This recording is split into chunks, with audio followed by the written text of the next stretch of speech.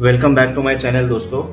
आज का हमारा टॉपिक है म्यूचुअल फंड। हम आज कवर करेंगे कि म्यूचुअल फंड होता क्या है, हिस्ट्री ऑफ म्यूचुअल फंड क्या है, कैसे ये म्यूचुअल फंड आया इंडिया में और कैसे ये बढ़ा आगे, म्यूचुअल फंड काम कैसे करता है, advantages of investing in mutual fund क्या है, क्या क्या एडवांटेजेस म्यूचुअल फंड में इन्वेस्टमेंट से हमें मिलता है, टाइप्स ऑफ म्यूचुअल फंड क्या है, किस तरह के म्यूचुअल फंड्स होते हैं, कैटेगराइजेशन क्या होती है इनकी। साथ में हम देखेंगे कि म्यूचुअल फंड में इन्वेस्ट कैसे करना चाहिए आपको, और 3-4 टर्म से जो हम कवर करेंगे जो कि है NAV, AUM, expense ratio, SIP आपने सब सुना होगा। तो SIP के साथ साथ हम STP और SWP भी कवर कर लेंगे। रिस्क क्या होते हैं ये तो जानना जरूरी है, तो रिस्क बिल्कुल कवर करेंगे और लास्ट में एक कंक्लूजन भी देंगे कि आपको इसमें क्या करना चाहिए।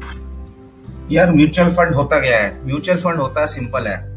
मेरी तरह आपकी तरह ऐसे कई भाई बहन मिलके अपने पैसे जो है पूल इन करते हैं और पूल इन करके जो फंड मैनेजर है उसको देते हैं, जो पढ़ा लिखा यही काम करता है, दिन भर यही ऊपर नीचे आगे पीछे करते बैठता है। और म्यूचुअल फंड हाउसेस होते क्या है? सारे बैंक्स हो गए, फाइनेंशियल हाउस हो गए, ये फंड मैनेजर रिक्रूट करते हैं। फंड मैनेजर का काम है कि भाई मार्केट देखो, चूज एंड इन्वेस्ट सिक्योरिटी, कौन सी सिक्योरिटी देखना है, कभी स्टॉक लो, रिलायंस लो, कभी निकालो, कभी बेचो, बॉन्ड्स ले ली सिक्योर करने के लिए, गोल्ड ले लिया, जो उसे समझ में आया उसकी एनालिसिस के हिसाब से जहाँ फायदा हो उसे वो उसको खरीद लेता है हमारे दिए हुए पैसे से, जो कि पूल्ड इन पैसा है।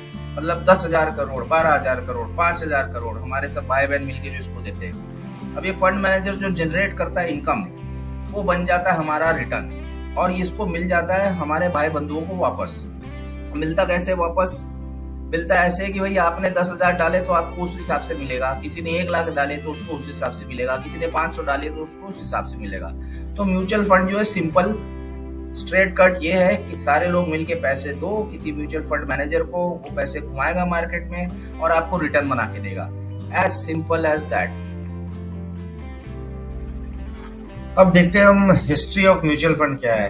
हिस्ट्री जो पहले चालू हुई थी तो 1963 में सबसे पहला जो फंड बना था वो है यूनिट ट्रस्ट ऑफ इंडिया का, जो गवर्नमेंट ऑफ इंडिया का इनिशिएटिव था विद RBI। ये चाहते थे कि एनकरेज करे भाई सेविंग एंड इन्वेस्टमेंट। तो 1964 से 1987 ये फेज 1 हुआ, जहाँ की RBI ने UTI के द्वारा 6,700 करोड़ का एसेट अंडर मैनेजमेंट AUM, आगे देखेंगे हम। तो ये फेज 1 था। फेज 2 जो हुआ वो 1987 में, जब LIC, GIC, SBI, ये सारे पंजाब नेशनल बैंक, सारे PSU बैंक ने अपने अपने म्यूचुअल फंड खोल दिए। अब जो AUM हो गया वो हो गया 47,000 करोड़ के आसपास। उसके बाद 1993 से 2003 ये जो फेज था, यहाँ पे सारे प्राइवेट सेक्टर बैंक्स ये सारे सेबी के अंतर्गत, सेबी के गाइडेंस के थ्रू ये धीरे धीरे करके एंट्री लेना चालू किए into the mutual fund segment. मतलब प्राइवेट सेक्टर्स 93 से 2003 में सारे लोग इस म्यूचुअल फंड के सेगमेंट में घुसने लगे। फेज 4 जो है वो बेसिकली फरवरी 2003 से अप्रैल 2014। अब यूनिट ट्रस्ट ने अपील की कि भाई हमको 2 सेपरेट एंटिटी में बांटो।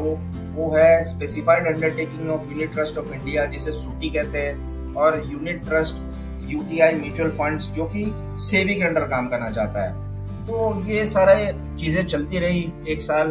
उसके बाद 2009 में ग्लोबल मेल्टडाउन हुआ, जहाँ काफी लॉस हुए अपने इन्वेस्टर्स को। तो उसके बाद सेबी ने एबॉलिश कर दिया एंट्री लोड।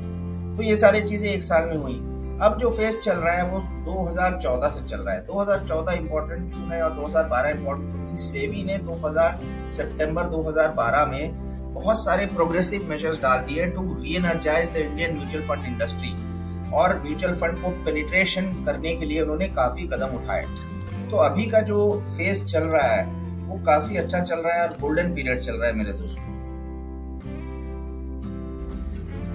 आइए देखते हैं दोस्तों एडवांटेजेस क्या है of investing in mutual funds. देखिए पहला तो सिंपल है कि प्रोफेशनली मैनेज रहता है, वो एक बहुत ही एजुकेटेड आदमी या सेट ऑफ टीम टूल्स के द्वारा और फुल टाइम प्रोफेशनली इसको मैनेज करते हैं, जो हम आप शायद ना कर पाए, टाइम टू टाइम ना देख पाए, बट इनका काम ही रहता है कि ये डेली ये काम करे हमारे लिए।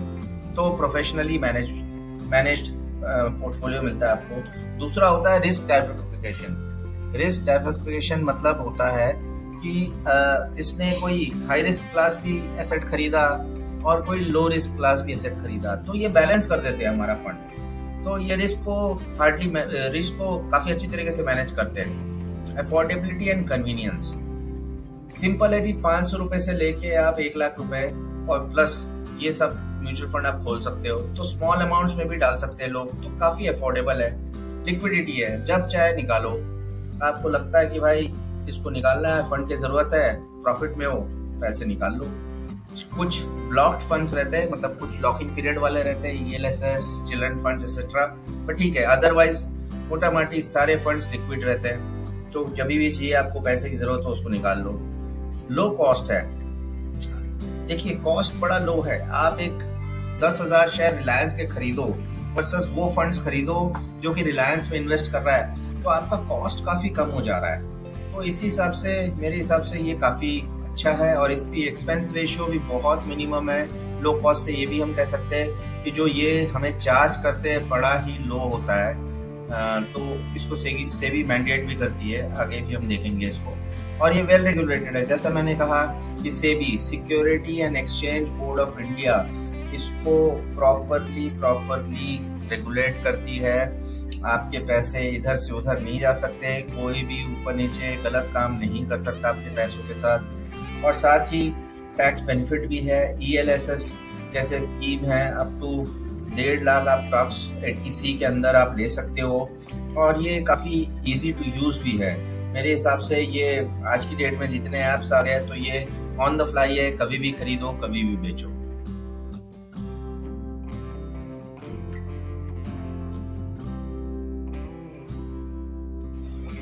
कितने तरह के म्यूचुअल फंड स्कीम होते हैं? तो 2 तरह के स्कीम्स होते हैं, एक होता है ओपन एंडेड और एक होता है क्लोज एंडेड। ओपन एंडेड का मतलब ये है कि कभी भी आप उसको सब्सक्राइब कर सकते हैं, कभी भी खरीद सकते हैं और कभी भी बेच सकते हैं। तो टाइम यहाँ पे मैटर नहीं करता, आप जब भी एंट्री और एग्जिट लेना चाहे उस फंड से ले सकते हैं।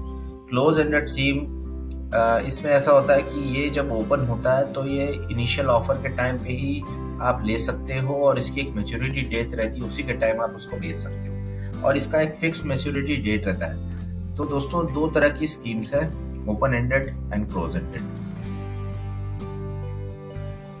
दोस्तों अब देखते हैं कि सेबी ने कैसे म्यूचुअल फंड्स को कैटेगराइज किया है। तो लार्जली 5 तरह से कैटेगराइज किया है: equity, debt, hybrid, solution oriented and other schemes. इसमें बहुत सारा अलग फंड्स है।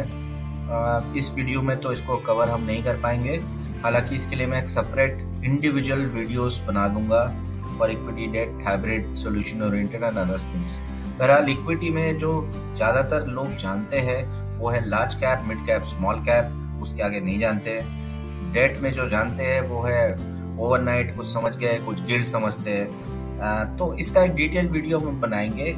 लार्ज इक्विटी वो फंड्स होते हैं जो कि शेयर स्टॉक्स में इन्वेस्ट करते हैं, इसका एक प्रिस्क्राइब रेशियो है बाय सेबी। डेट्स वो है जो फिक्स्ड काइंड ऑफ रिटर्न देते हैं, लो रिस्क होते हैं। हाइब्रिड ये होते हैं जो कि मिक्स तरह के इक्विटी और डेट मिक्स करके एक बैलेंस्ड रिटर्न देते हैं। I will make a separate video, my friends. I think ये थोड़ा अलग तरीके से हम देखते हैं, बट लार्जली ये रहा कैटेगराइजेशन आपका, जो कि equity, debt, hybrid, solution oriented and other schemes में। कैसे करें हम म्यूचुअल फंड स्कीम्स में इन्वेस्टमेंट? दोस्तों कई तरीके हैं। पहला तरीका ये है कि आप एक डेजिग्नेटेड इन्वेस्टर सर्विस सेंटर खोज ले और वहां पे जाके आप अपना duly completed application form along with a cheque और बैंक ड्राफ्ट दे दे, तो म्यूचुअल फंड खोल सकते हैं। आप डायरेक्टली ऑनलाइन थ्रू वेबसाइट्स, जो कि म्यूचुअल फंड्स के वेबसाइट्स है, जो इंडिविजुअल वेबसाइट्स हैं, वहां खोल सकते हैं। आप किसी इंटरमीडिएट के थ्रू, जैसे शेर खान, जीरोधा, मेरे जैसे mutual fund distributors AMFI registered जो है, उनके थ्रू खोल सकते हैं। लेकिन जहां भी आप करें ये दो चीजें मायने रखती है। एक तो आपका केवाईसी कंप्लीट होना चाहिए, मतलब आधार पैन लिंकिंग और सारी चीजें कंप्लीट होनी चाहिए, नो योर कस्टमर होना चाहिए आपका। और दूसरा आपका फैटका, जो हम अलग से कवर करेंगे किसी वीडियो में, वो भी कंप्लीट होना चाहिए मेरे दोस्तों। तो 3-4 तरीके हैं, काफी इजी है।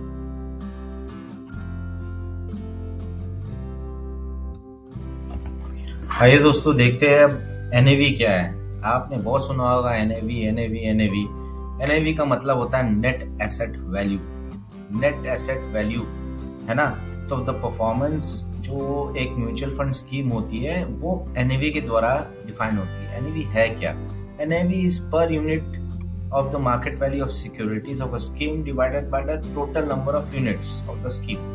मतलब ये डेली चेंज होता है, स्टॉक की तरह नहीं होता है, ये हर दिन डे एंड पे चेंज हो जाता है। और इसी को हम आंकते हैं कि कैसा एक म्यूचुअल फंड परफॉर्म कर रहा है। फॉर्मूला मैंने यहाँ डाल दिया है। फॉर्मूला ये कहता है कि जितने एसेट्स हैं म्यूचुअल फंड्स के minus debits divided by the number of outstanding units becomes your net asset value which is called NAV। एक एग्जांपल भी दिया है कि सपोज एक market value of a security of a mutual fund scheme is 500 lakh. The mutual fund issues 10 lakh units of 10 rupees each to its investors. So the NAV per unit of the fund is rupees 50। I hope this helps। आइए देखते हैं दोस्तों कि AUM क्या है। आपने AUM भी बहुत सुना होगा। AUM कोई जार्गन नहीं है, सिंपल है, एसेट अंडर मैनेजमेंट। मतलब सिंपल है कि एसेट अंडर मैनेजमेंट क्या होता है, is the total market value of the investment in a mutual fund. मतलब जहां जहां उसने इन्वेस्ट किया है, जितना इन्वेस्ट किया है, उसकी वैल्यू क्या है ना। तो जितना फंड मैनेजर ने इन्वेस्ट किया है उसी को AUM कहते हैं। सिंपल है ये, इसमें कंफ्यूजन बिल्कुल नहीं रखना चाहिए, कोई जार्गन नहीं है। तो अगर मैं देखूं सेकंड वाली point, it comprises the market value of the equities, bonds, cash, any other investments made by the scheme adjusters for any liabilities. इसका मतलब ये है कि जितना वो इन्वेस्ट कर रहा है minus any liabilities becomes AUM।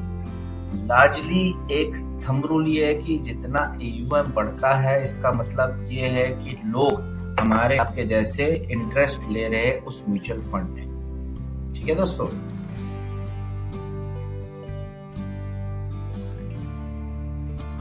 आइए दोस्तों देखते हैं कि टर क्या है। टर मतलब टोटल एक्सपेंस रेशियो। कई बार हम सोचते हैं कि म्यूचुअल फंड हमें एक एक्सपेंस रेशियो दिखाती है, जो आप लोग सब देखते होंगे, है ना, 1.85, 2.1। लेकिन अगर आप देखो ये गवर्न्ड बाय सेबी है। सेबी का जो एकदम क्लियर मैंडेट ये है एज पर रेगुलेशन 52 कि भाई आप एक पर्टिकुलर वे में ही चार्ज कर सकते हो अपना एक्सपेंसेस क्या होते हैं, सच एज किसी म्यूचुअल फंड के सेल्स एंड मार्केटिंग में कोई एक वीडियो लगाया, कहीं एक प्रचार किया, उसका एक एक्सपेंसेस है, कोई एडमिनिस्ट्रेटिव एक्सपेंसेस है, ट्रांजैक्शन कॉस्ट है, इन्वेस्टमेंट है ना, कहीं मैनेजमेंट फीस में डाला है, कुछ डाला है, रजिस्ट्रेशन फीस है, कोई कस्टोडियन फीस है, कोई ऑडिट फीस है। तो ये जो होता है टर मतलब टोटल एक्सपेंस रेशियो, ये NAV से माइनस होके आता है। इसका मतलब आपकी प्रॉफिट में से ये निकल जाता है। तो सेबी इस पे बड़ी आग गड़ा के काम करता है और इसने प्रिस्क्राइब लिमिट लगा रखा है कि इतना इसका AUM होगा तो इतना इसका टर हो सकता है ना। तो ये कोई जार्गन घबराने वाली बात नहीं है, एकदम क्लियर है कि टोटल एक्सपेंस रेशियो। अरे भाई, अब म्यूचुअल फंड कोई बंदे को रख रहा है, उसको प्रचार कर रहा है, तो ये सारी चीजें उसको एक्सपेंस में आती है। लेकिन ये नहीं कर सकता म्यूचुअल फंड कि भाई गाड़ी का एक्सपेंस है, कोई अदर ज्वेलरी खरीद लिया उसका एक्सपेंस, ये सब से भी एकदम अलाउ नहीं करती है।